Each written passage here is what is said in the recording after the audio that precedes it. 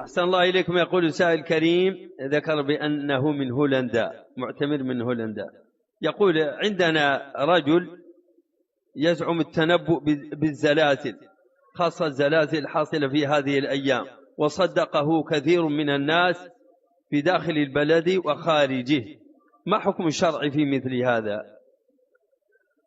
والله مثل هؤلاء الأدعياء ينبغي البعد عنهم، وكونه يتنبأ بدون علم وبدون أي شيء.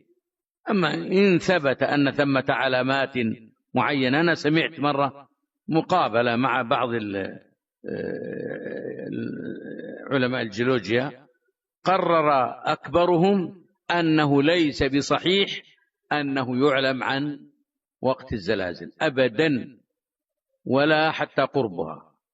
يقول قد تأتي فجأة، وقد تكون هناك علامات في بعض تشقق الأرض ونحو ذلك، لكن أن يجزم أو أن يتأكد أن ثمة علامات أنه يدري أنه يتنبأ بأن الزلزال سيقع في الوقت الفلاني، فهذا لا يعد أن يكون دجلا ورجما بالغيب. نعم.